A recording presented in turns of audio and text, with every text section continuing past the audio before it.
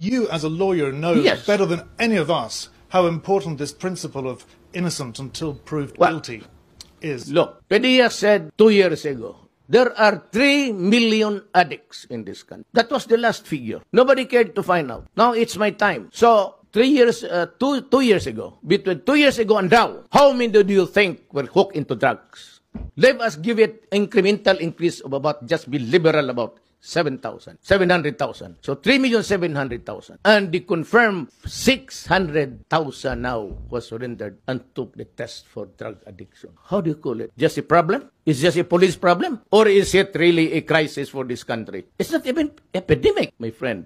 It is pandemic. So what am I supposed to do as a president? Empower the military and the police, for after all, they are there to protect the integrity and preserve the people of the Philippines. At the risk of gun law, sir. It can happen. It happened.